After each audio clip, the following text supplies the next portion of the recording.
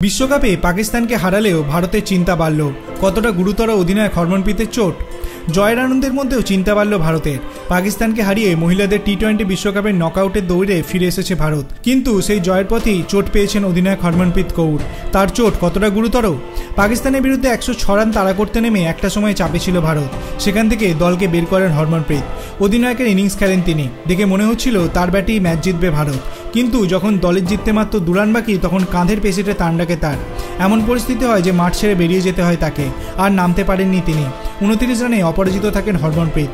Match শেষে কথা বলাটার জন্য আসতে পারেনি হরমনপ্রীত, বদলে আসেন সহ অধিনায়ক স্মৃতি মান্ধানা। প্রথমেই হরমনপ্রীতের চোটের বিষয়ে তাকে প্রশ্ন করা হয়। জবাবে মান্ধানা বলেন, এত তাড়াতাড়ি কিছু বলতে পারবো না, চিকিৎসকেরা ওর চোট খতিয়ে দেখছে, আশা করছি খুব বড় চোট লাগেনি, ও তাড়াতাড়ি ফিরবে। পাকিস্তানকে হারালেও নেট রান রেটে খুব একটা উন্নতি করতে পারেনি ভারত।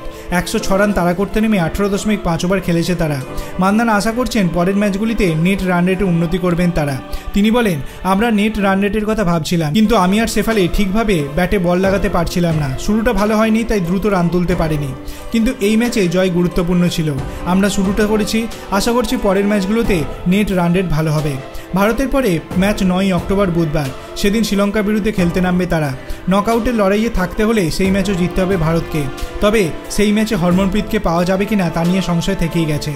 আপনার কি মনে হয়, ভারত কি পারবে টি-20 বিশ্বকাপ জিততে? আপনার অভিমত আপনি কমেন্ট সেকশনে জানাতে পারেন।